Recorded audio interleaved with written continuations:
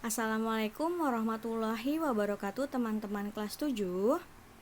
Apa kabarnya hari ini? Kali ini kita sudah sampai di bab 3 tentang perumusan dan pengesahan Undang-Undang Negara Republik Indonesia tahun 1945. Ya, ini teman-teman ya. Sebelum kita belajar, mari kita berdoa terlebih dahulu ya. Bismillahirrahmanirrahim. Rabbi zidni ilman warzuqni fahman. Amin. Nah, teman-teman, dengan kedalaman ilmu dan pemikiran serta kesadaran akan nilai kebangsaan, maka pendiri negara menyepakati dasar negara Indonesia, yaitu Pancasila dan Undang-Undang tahun 1945. Nah, teman-teman masih ingat kan dasar negara kita? Ya, Pancasila dan Undang-Undang tahun 1945. Nah, Pancasila dan Undang-Undang tahun 1945 ini dijadikan konstitusi negara atau hukum dasar negara. Tata penyelenggaraan negara dan bernegara harus didasarkan pada Pancasila dan Undang-Undang Negara Republik Indonesia tahun 1945. Kita sebagai warga negara sudah semestinya memahami konstitusi negara sejak dini. A. Perumusan dan pengesahan Undang-Undang Dasar Negara Republik Indonesia tahun 1945. 1. Perumusan Undang-Undang Negara Republik Indonesia tahun 1945. Apa sih arti konstitusi? Menurut KBBI atau Kamus Besar Bahasa Indonesia, konstitusi artinya segala ketentuan atau aturan tentang ketatanegaraan, undang-undang, dan sebagainya, atau undang-undang dasar suatu negara. Nah, dengan kata lain, konstitusi adalah hukum dasar yang dijadikan pegangan dalam penyelenggaraan pemerintahan negara. Ya teman-teman, jadi konstitusi adalah hukum dasar yang dijadikan pegangan dalam penyelenggaraan pemerintahan negara. Jadi jika kita ingin membuat suatu hukum, dasarnya adalah konstitusi ini.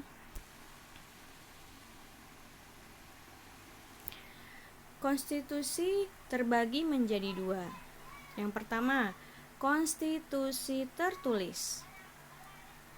Konstitusi tertulis artinya aturan-aturan pokok dasar negara, bangunan negara, dan tata negara yang mengatur perikehidupan suatu bangsa di dalam persekutuan hukum negara. Nah, konstitusi tertulis ini disusun secara resmi dan disahkan. Contoh dari konstitusi tertulis: Undang-Undang 1945. Ini ada pada masa setelah kemerdekaan, masa Orde Lama, dan masa Orde Baru. Lalu ada juga dulu itu ada Undang-Undang RIS atau Republik Indonesia Serikat pada 17 Agustus 1950. Tapi itu tidak digunakan sekarang ya. Dan ada juga undang-undang sementara, dulu itu pengganti UUD RIS ya, pengganti UUD yang ini. Nah, lalu diubah lagi, ada Undang-Undang 1945 hasil amandemen atau perubahan. Nah, perubahannya ada 4 kali amandemen. Nah, ini yang kita gunakan sekarang.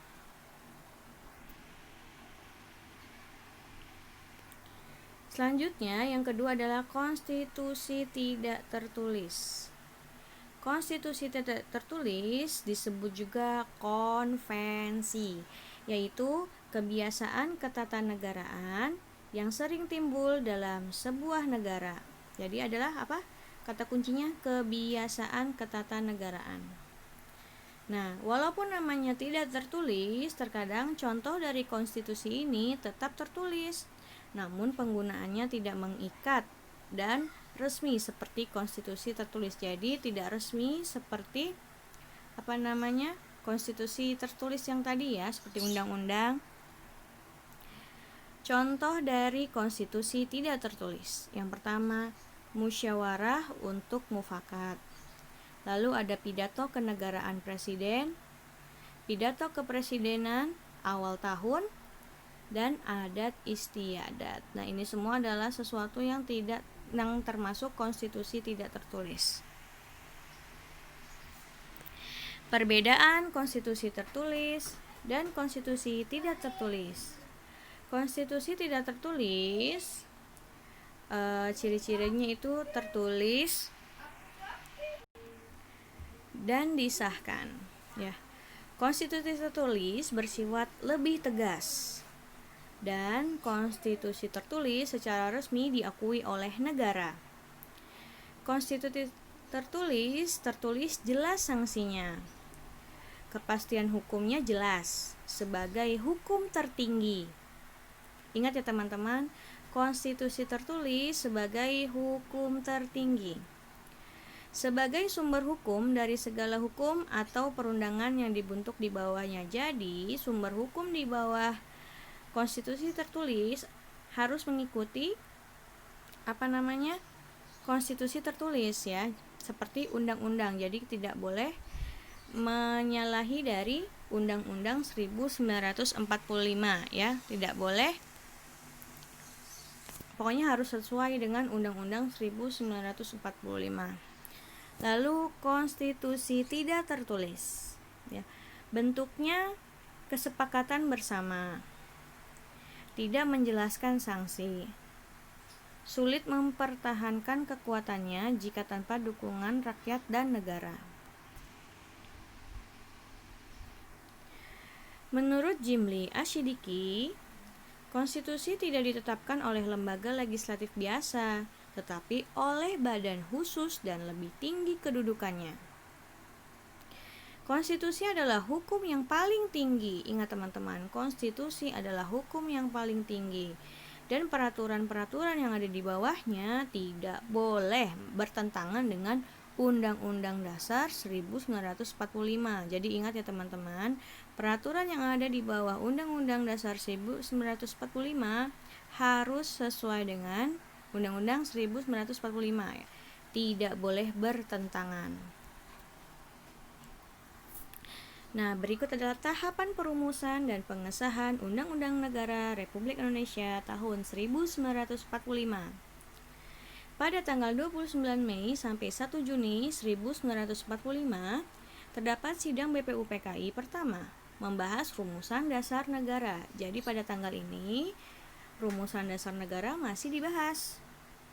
Tanggal 10 Juli sampai 17 Juli 1945, sidang BPUPKI kedua membahas rancangan Undang-Undang Dasar, bentuk negara, wilayah negara, dan lain-lain. Dan pada 18 Agustus 1945, setelah kemerdekaan, terdapat sidang PPKI pertama, dan pada sidang PPKI pertama ada pengesahan Undang-Undang Dasar 1945 menjadi dasar negara. Jadi Undang-Undang Dasar 1945 ini disahkan pada tanggal 18 Agustus 1945 pada sidang PPKI pertama. Dalam persidangan PPKI pada tanggal 18 Agustus 1945 dihasilkan keputusan sebagai berikut. A. Mengesahkan Undang-Undang Dasar 1945. B. Menetapkan Insinyur Soekarno sebagai Presiden dan Dr. Andes Muhammad Hatta sebagai Wakil Presiden Republik Indonesia. C.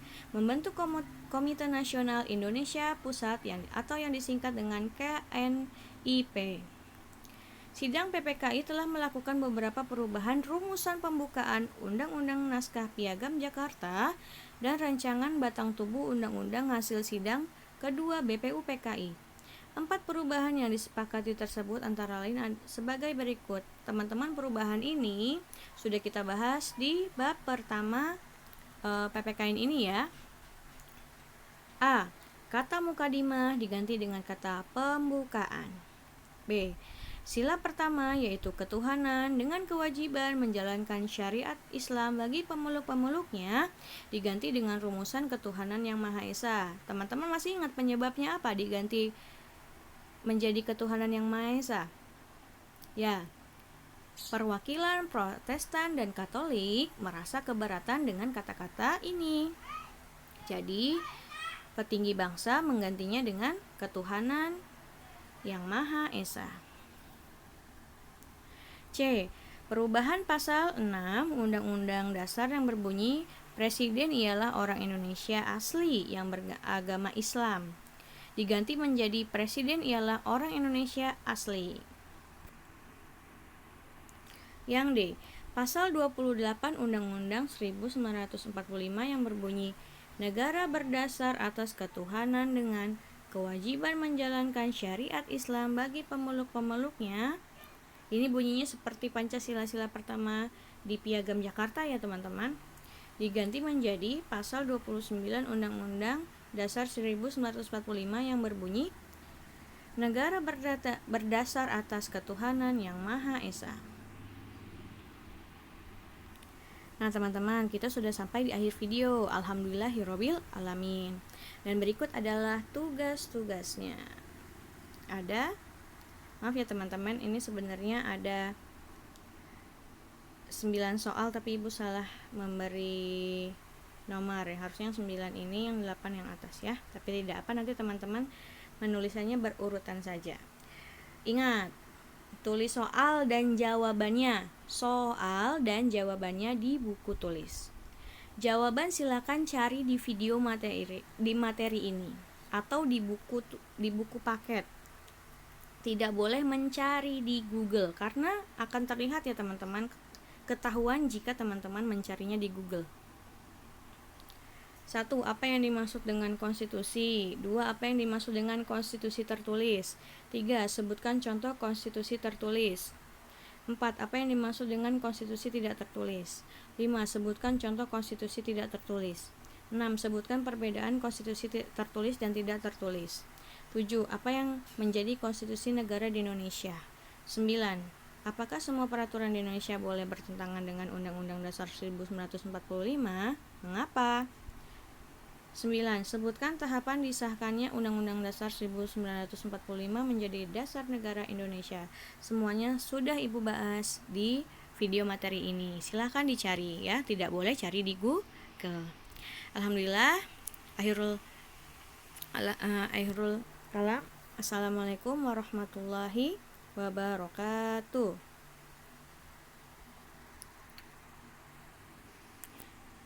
Mohon maaf jika banyak kekurangannya teman-teman. Terima kasih.